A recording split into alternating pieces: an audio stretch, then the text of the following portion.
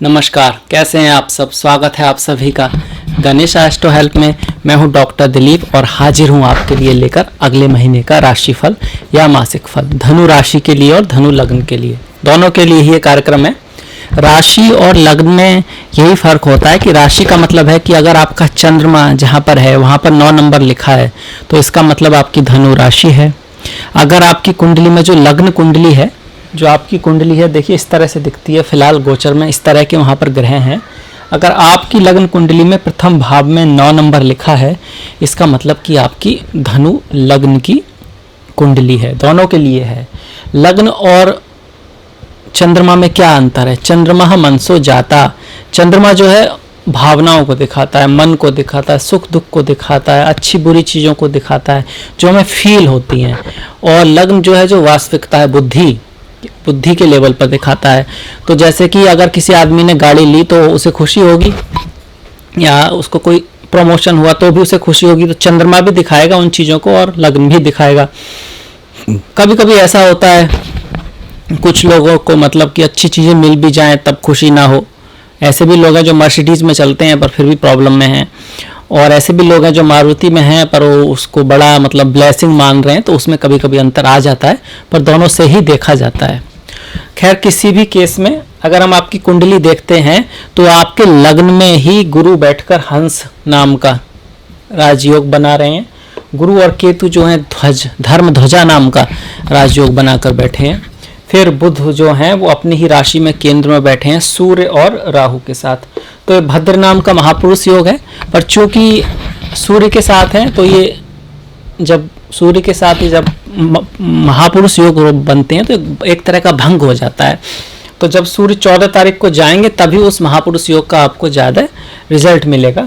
इसके साथ साथ शुक्र अपनी ही राशि में छठे भाव में बैठे हुए हैं। ये भी एक हर्ष नाम का विपरीत राजयोग बनाकर बैठे हैं। मंगल यहाँ पर हैं चौथे भाव में। मंगल पंचमेश हैं, चौथे भाव में आए हुए हैं। वो 12वें भाव के भी स्वामी हैं। तो आपके अच्छे ही ग्रह हैं, चौथे भाव में आए हैं। और इसके अलावा शनि अपनी ही राशि में धन भाव में बैठे हैं। तो इस तरह की हमारे ग्रहों की कंडीशन है। तो अगर हम देखें तो लग्न लेश का लग्न में बैठना बहुत शुभ है। हंस महापुरुष योग बना हुआ है वो भी बहुत शुभ है। तो एक तरह से कार्य के लिए, बिजनेस के लिए, व्यापार के लिए, उसमें उन्नति के लिए अच्छा ही समय है। पर चूंकि बहुत सारे ग्रह बकरी हैं, बुध भी बकरी हैं, तो कम्युनिकेशन का ध्यान रखना है। बहुत सोच समझ के काम करना है। एकदम से नया काम ना ही करें तो अच्छा है। जो काम है उसी में किस तरह से सुधार लाया जाए, क्या कमियां हुई, पूरा प्लान किया जाए। पहला जो भी अब तक का आपका कार्य है उसको आराम से बैठ के सोचा जाए कि क्या क्या गलती कहीं हुई है, किस तरह से हमें आगे बढ़ना है, प्लानिंग की जाए। प्लानिंग का बड़ा महत्व है। अगर आप प्लान पे ज़्यादा टाइम दें तो फिर काम जल्दी से होता है, कहीं जल्दी से होता है। बिना प्लानिंग के करेंगे तो वही काम आपका जो 1 दिन में हो सकता है आप उसको 10 दिन में करेंगे। तो प्लानिंग का बहुत ज़्यादा महत्व है। तो प्लानिंग के लिए बहुत अच्छा समय है। कोई कार्य चल रहा है तो उसको चलाने के लिए भी अच्छा समय। नया कार्य करने से पहले बहुत ज़्यादा सोच विचार के चलिए। बाकी आपके कार्य में उन्नति के लिए अच्छा समय है, खास करके 14 तारीख के बाद। क्योंकि 14 तारीख के बाद जो 10वें भाव के स्वामी सप्तम भाव में जाकर भद्र नाम का महापुरुष योग बना रहे हैं, वो सूर्य से अलग हो जाएंगे। तो वो एक तरह से भद्र जो योग बनेगा उसका ज़्यादा रिजल्ट देंगे। यहाँ पर राहु भी हैं बुध के साथ, तो जड़ योग बना हुआ। तो बुद्धि वैसे तो बहुत तेज रहेगी। राहु रजस प्रधान राशि, रजस प्रधान ग्रहों को पसंद करते हैं। बुध एक रजस के ग्रह हैं, तो बुद्धि बहुत तेज चलेगी। डिप्लोमेसी जो होती है, एक तरह काम निकालना किसी भी तरह से, उस चीज़ में आपको महारत हासिल कराने में राहु काफ़ी कोशिश करेंगे यहाँ पर कई बार वो मिसअंडरस्टैंडिंग ला सकते हैं। कई बार लालच को बीच में लाकर या सेल्फ इंटरेस्ट को बीच में लाकर रिश्तों में थोड़ी गड़बड़ भी करा सकते हैं सप्तम के राहु। तो इस बात को ध्यान रखना है कि अपने क्लाइंट्स के साथ, अपनी पत्नी के साथ, प्रेमी के साथ, प्रेमिका के साथ, पति के साथ, इस बात को ध्यान रखना है कि आपको उनको भी उतना ही इम्पोर्टेंस देना है जितना आप अपने आप को देते हैं, या फिर उससे थोड़ा सा ज़्यादा ही। तब तो आप इस एनर्जी का सही उपयोग कर पाएंगे। नहीं तो ये राहु थोड़ा सा गड़बड़ है यहाँ पर रिश्तों के मामले में। बिजनेस के मामले में ठीक है, पर उसमें भी ध्यान रखना होगा। अगर हम बात करते हैं राहु की जब बात की है तो उसके दूसरे एस्पेक्ट की भी बात कर लेते हैं कि उसका एस्पेक्ट आपके लग्न पर भी पड़ रहा है, वहाँ पर केतु विद्यमान है और गुरु विद्यमान है। तो इस ऐसे में आपका अपना धर्म, अपना रिलीजन, अपना जो है उससे थोड़ा सा ये लगेगा कि भाई दूसरे धर्म, दूसरा रिलीजन, दूसरे कंट्री, आपको कुछ ऐसा लगेगा कि वहाँ पर कुछ ज़्यादा अच्छा है, आपका जो झुकाव है उसकी तरफ हो सकता है। तो सलाह यही है कि दूसरे धर्म को भी जाने, दूसरे रिलीजन को भी जाने, बहुत अच्छी बात है, पर अपने धर्म का सम्मान करते हुए, क्योंकि अब जब वहाँ जाएंगे उसको जब नज़दीक से देखेंगे तो वही पाएंगे कि दूर के ढोल सुहावने, मतलब कि कुछ कमियां वहाँ भी हैं, कुछ कमियां यहाँ भी हैं, जो एसेंस वहाँ है वही एसेंस यहाँ है, और बहुत ज़्यादा कुछ अंतर नहीं है। अपना धर्म में कुछ अच्छा ही है। संसार का सबसे पुराना धर्म है सनातन धर्म, और पुराना धर्म होने के नाते ही सबसे प्योर भी है। बाद में तो उसमें कुछ ना कुछ मिक्सअप होता चला गया है। इसके साथ साथ यहाँ पर जो बैठे राहु है उसकी जो पंचम दृष्टि है वो आपके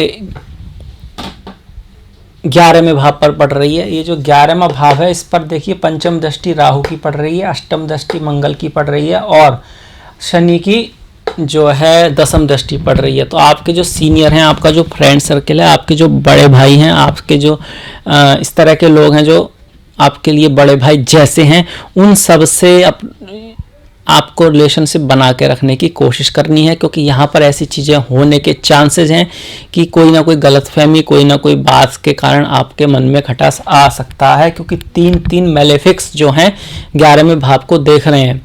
दूसरी कंडीशन ये भी है कि इसी भाव का स्वामी छठे भाव में जाकर अपनी ही राशि में बैठा है। मतलब एक तो ये इस चीज़ को दिखाता है कि उनसे रिलेशन में थोड़ा खटास आ सकता है, दूसरा ये भी बताता है क्योंकि अपने ही राशि में है कि उनकी सहायता से आप शत्रुओं पर विजय प्राप्त कर सकते हैं। अब अगर हम राहु की 9वीं दृष्टि की बात करें तो 9वीं दृष्टि पड़ेगी तृतीय भाव पर। तृतीय भाव पर राहु की दृष्टि जो है आपके पराक्रम में वृद्धि करेगी, आप मेहनत बहुत करना चाहेंगे, आपकी कम्युनिकेशन में वृद्धि करेगी, और ये भी दिखाती है आप जितना पराक्रम करेंगे, जितना कम्युनिकेशन करेंगे, जितना पर ध्यान से, उतना आपके भाग्य में वृद्धि होगी, क्योंकि तृतीय भाव हमेशा भाग्य के सामने वाला भाव होता है। अगर पौरुष किया जाए, पराक्रम किया जाए तो भाग्य की वृद्धि होती ही है, क्योंकि भाग्य तो कर्म का ही फल है। अगर आपके कर्म भाव का जो स्वामी है वो द्वितीय भाव में चला गया है शनि, जो कि अपनी ही राशि में है, तो ये भी एक अच्छा बात है कि भाई कर्म भाव का स्वामी द्वितीय भाव में गया है, मतलब कर्म से पैसा आएगा, कर्म से धन आएगा, कर्म से फैमिली में कुछ ना कुछ अच्छी बातें होंगी। तो आपको कर्म करना है, मेहनत करना है, प्लान बनाना है और ध्यान से बनाना है, उसको क्रिएट करना है, उसको इम्प्लीमेंट करना है। ये नहीं करना है कि आज करे सो कल कर, कल करे सो परसों, और बहुरे कबहू कर लीजो उम्र पड़ी है बरसों।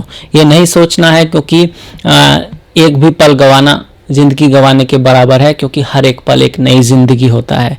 तो इस बात को ध्यान रखिएगा आप।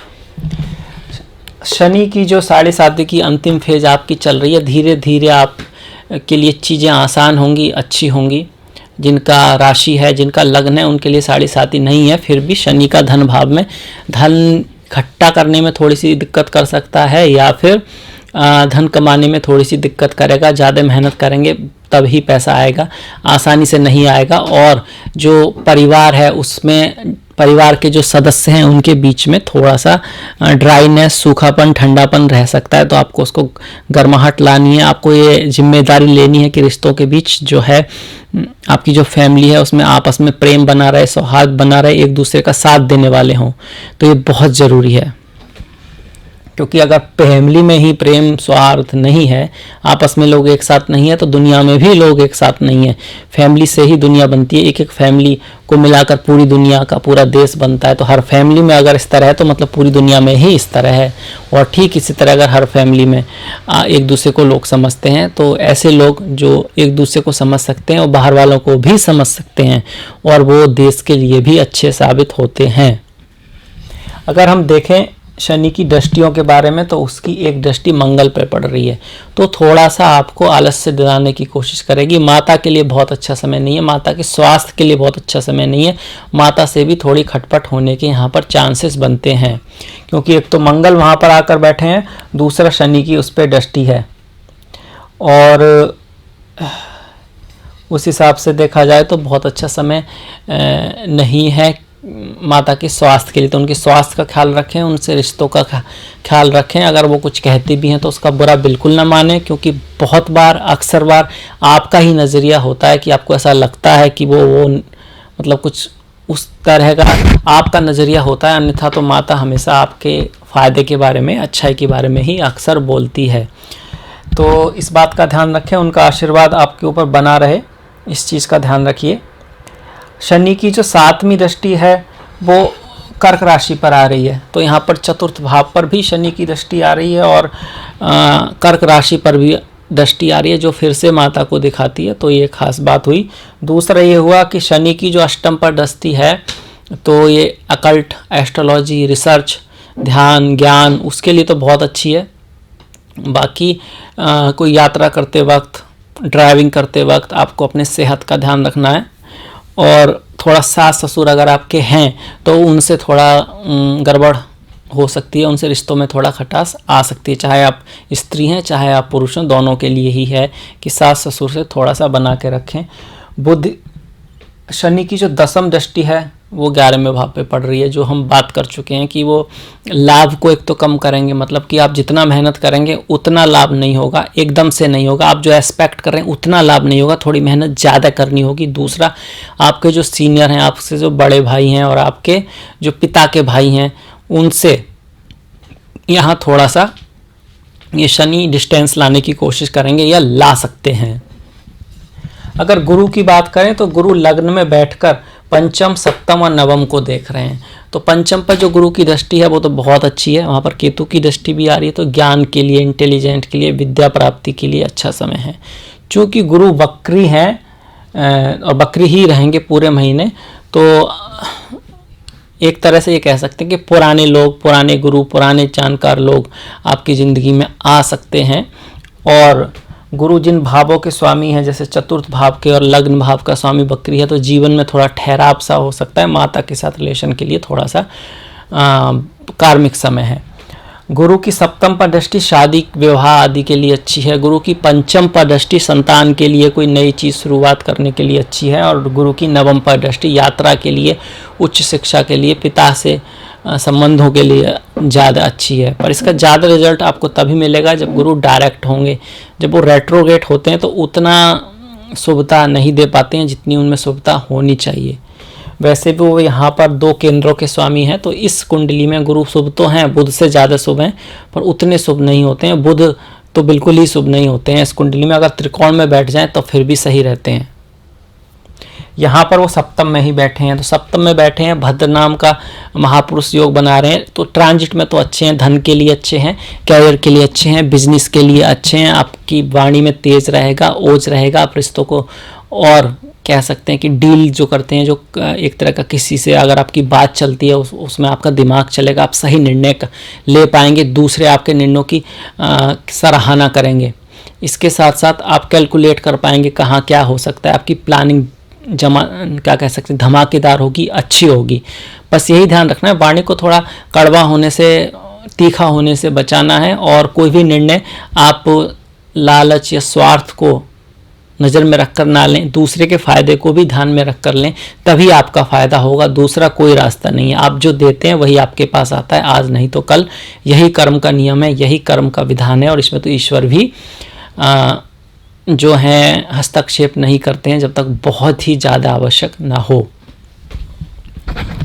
हमने गुरु की बात की, हमने शनि की बात की, अब थोड़ा राहु की बात की, अब मंगल की बात करें। मंगल चतुर्थ भाव में है, तो ज़मीन खरीदने के लिए, घर खरीदने के लिए तो अच्छा है, माता के स्वास्थ्य के लिए उतना अच्छा नहीं है, कैरियर के लिए अच्छा है, आप में एनर्जी काफ़ी रहेगी, ऊर्जा काफ़ी रहेगी, और उस ऊर्जा का अगर आप सकारात्मक उपयोग करते हैं तो व्यापार के लिए, बिजनेस के लिए भी अच्छा है। यहाँ से मंगल की चौथी दृष्टि जो सप्तम भाव पर पड़ रही है, और वहाँ पर राहु, सूर्य और बुध का बैठना है, तो 14 तारीख तक खासकर ख्याल रखना है कि रिश्तों में थोड़ा सा खटाव आ सकता है। आपका जीवन साथी आप पर भारी होने की कोशिश करेगा या आप उस पर भारी होने की कोशिश करेंगे। ये सब एकदम 100% हो ऐसा ज़रूरी नहीं है, क्योंकि आपकी जन्म कुंडली है, आप अपने एक स्टार्स लेकर पैदा हुए हैं, आपकी जन्म कुंडली में अपने योग हैं, गोचर सिर्फ उनको देने आते हैं। इसका मतलब ये हुआ, अगर आपकी जन्म पत्री में भी ऐसा योग है कि हाँ भाई इस व्यक्ति की अपने प्रेमी से, अपनी प्रेमिका से, अपने पति से अच्छे संबंध नहीं रहेंगे, या फिर इस महादशा में उनका कुछ थोड़ा इस तरह का हो सकता है, ऊपर से गोचर भी ऐसा आ जाए तब उसके रिजल्ट होते हैं। आप ऐसा समझ लीजिए कि असली चीज़ तो आपकी कुंडली है, वो प्रकाश जो है घर के सामने, घर मान लीजिए आपका जीवन, वो जो है वो कुंडली है, मतलब धन का प्रकाश या रिश्तों का प्रकाश। गोचर सिर्फ खिड़की की तरह है, दशा महादशा खिड़की की तरह है। अगर प्रकाश है, धन का प्रकाश है और खिड़की खोलते हैं तो धन आएगा, अगर प्रकाश ही नहीं है तो खिड़की खोलते रहो बंद करते रहो, कोई फर्क नहीं। ठीक उस तरह कितने भी अच्छे गोचर आते रहें, अगर कुंडली में अच्छे योग नहीं हैं तो वो कुछ नहीं करने वाले। हम कुछ भी कहते रहें कि आपका लेंटर फाड़ के पैसा आएगा या छप्पर फाड़ के आएगा, कुछ नहीं आएगा। हाँ ये है, अगर आप ये सब चीज़ों को फॉलो करते हैं तो आपकी जन्म पत्री में जितना है आप उससे ऊपर जा सकते हैं, बहुत ऊपर जा सकते हैं, पर वो उस ट्रांजिट की वजह से नहीं, अपनी मेहनत पर, अपनी प्लानिंग पर और बहुत ज़्यादा मेहनत कर कर तभी जा सकते हैं। कर्म प्रधान विश्व रच राखा, होइए वही जो राम रच राखा। अगर कुंडली में है, भाग्य में है तो आप मेहनत करेंगे और आपको भाग्य से भी काफ़ी सपोर्ट मिलेगा। और कुंडली में नहीं है तो बहुत मेहनत करेंगे तभी मिलेगा, अपने बल पर ही मिलेगा, ऐसे नहीं मिलेगा। कुछ छोटे मोटे उपाय करने से नहीं मिलेगा, टॉयलेट में नमक बहाने से, नींबू रखाने से नहीं मिलेगा, ना किसी को मिला है। उसके लिए आपको अगर मंत्र करते हैं तो भी लाखों में करने होते हैं, कोई रिचुअल भी करते हैं उसको समझ के और बहुत ढंग से प्रार्थना भी करते हैं तो वो भी इतना आसान नहीं होता है, उसको मन से, दिल से। और अगर भक्ति भी करते हैं तो अगर आप में ईश्वर के गुण ना आए जिसकी आप भक्ति कर रहे हैं तो वो भक्ति मतलब हो नहीं रही है। अगर आप हनुमान जी की भक्ति कर रहे हैं और आप में ये डेडिकेशन है हनुमान की तरह जो उनका राम के लिए था कि बिना किसी स्वार्थ के वो लंका को लाग गए और रावण से युद्ध किया, अपने जीवन की चिंता किए बिना सब कुछ किया, उन्हें तो कुछ नहीं मिला। और इस तरह का डेडिकेशन अगर हनुमान भक्ति से आपके अंदर, आपके लक्ष्य के प्रति आता है तो वो लक्ष्य भी आप भेद कर देंगे और बजरंगबली का आशीर्वाद भी आपको अवश्य मिलेगा। तो ये है थोड़ा सा भक्ति के बारे में भी कि भक्ति बहुत बड़ी चीज़ है। जो लोग भक्त होते हैं वास्तव में उनमें ईश्वर के गुण आने लगते हैं जिसके वो भक्त होते हैं। और जब जिस व्यक्ति के अंदर ईश्वरीय गुण हो उसे संसार में लक्ष्य पाने से या संसार के बाद मोक्ष पाने से कौन रोक सकता है? अर्थात कोई नहीं रोक सकता, पर वास्तव में होना चाहिए, उसका एसेंस समझ में आना चाहिए। अब हमने बात कर ली मंगल की भी, बुध की भी बात की कि बुध में वाणी पे थोड़ा ध्यान रखना है। सूर्य की बात की है कि भाई रिलेशनशिप में थोड़ा सा गड़बड़ रह सकता है, आपका प्रेमी, आपकी प्रेमिका, आपकी पति, आपकी पत्नी थोड़ा सा ईगोइस्टिक हो सकते हैं, थोड़ा अपने आप को राजसी महसूस करेंगे, आपके ऊपर थोड़ा डोमिनेट होने की कोशिश कर सकते हैं। इस वजह से अगर आपने भी थोड़ा सा कि हाँ भाई मैं भी तेरे से कम नहीं और तू भी मेरे से कम कैसे, इस तरह का कुछ बनती है सिचुएशन, ईगो बैटल्स, तो उसमें झगड़ा बढ़ सकता है अगर कुंडली में ऐसे योग हैं तो।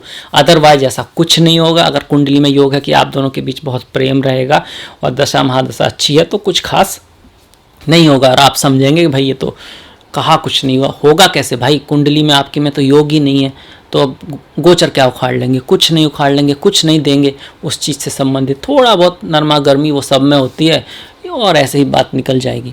जिसकी कुंडली में है उसके लिए ये बात ज़्यादा है, पर फिर भी एक इंडिकेशन है कि इस तरह की संभावनाएं हैं। आप पहले से सचेत हैं, आप जानते हैं कि भाई आगे जो है स्पीड ब्रेकर है तो आप थोड़ा सा ध्यान से जाएंगे। अगर आपको ध्यान ही नहीं है तो अगर अचानक से स्पीड ब्रेकर आएगा तो थोड़ा सा ज़्यादा चोट लगने का चांस बनता है। पर अगर आप डर जाएंगे भैया स्पीड ब्रेकर है और बैठ जाएंगे हम तो आगे जाएंगे ही नहीं, तो फिर इसका मतलब आप ज्योतिष का सही फायदा नहीं उठा रहे हैं। अगर हम मंगल की बात कर ली हमने, राहु की बात की, शुक्र की बात कर लेते हैं। शुक्र जो हैं छठे भाव के स्वामी, छठे में है, शत्रु परास्त होंगे। प्रेम से ही शत्रु आपके परास्त होंगे, प्रेम से ही आप उन्हें शत्रु को परास्त कर पाएंगे। आपके आसपास के जो कलीग हैं ऑफिस में वो भी आपसे अच्छा वो रखेंगे, खास करके आपकी लेडीज़ कलीग या लेडीज़ महिलाएं।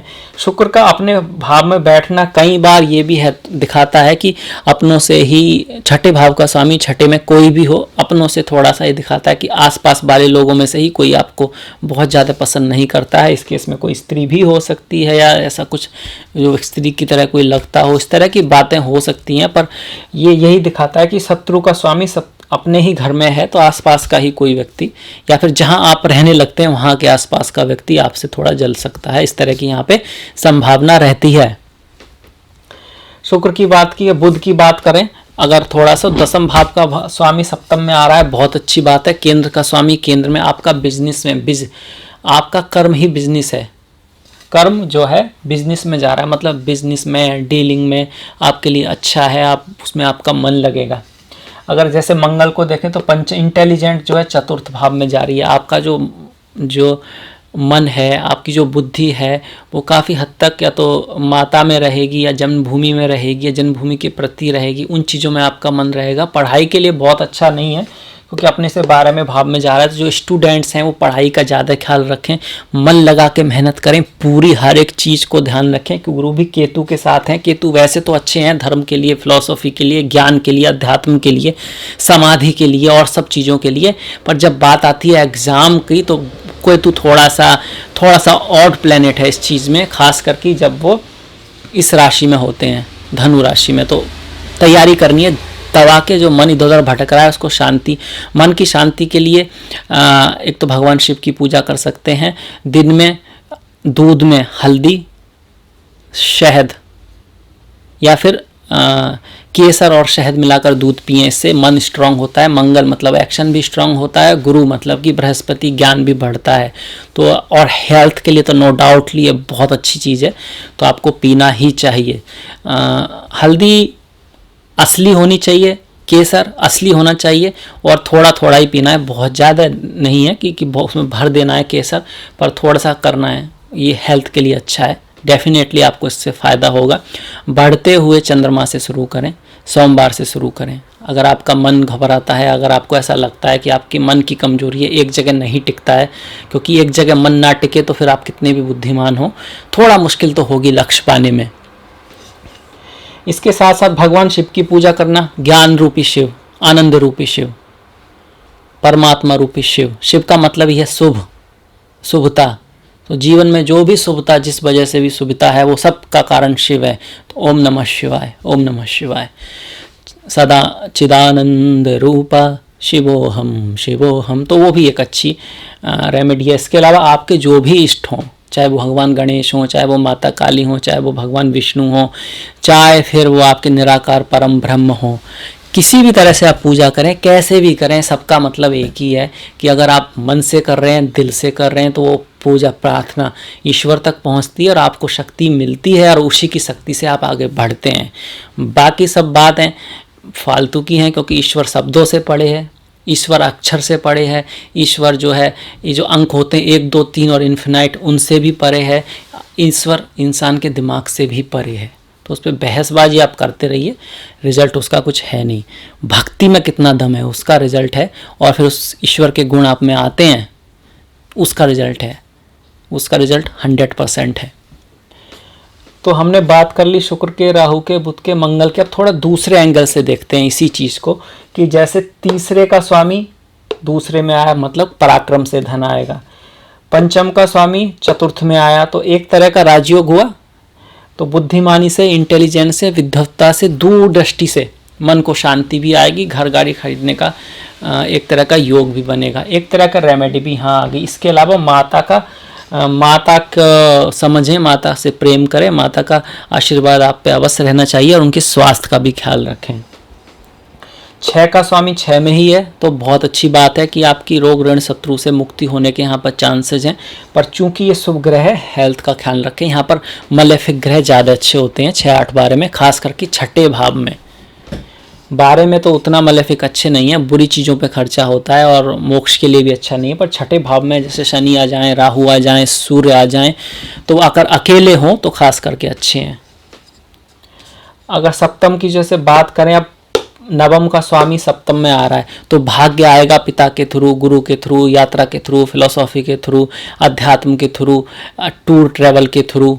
तो इस तरह की संभावनाएं, तो आप उसका यूज करें, कोई अच्छी किताब पढ़ें, सुबह अच्छे विचारों के साथ जीवन शुरुआत करें, अच्छे विचारों के साथ सोएं, ये बहुत ज़रूरी है। जब दिमागों में अच्छे विचार रहेंगे आपको, तो आप अच्छा कर्म करेंगे, और अच्छा कर्म करेंगे तो फिर अच्छे रिजल्ट से कौन रोक सकता है, अर्थात कोई नहीं रोक सकता।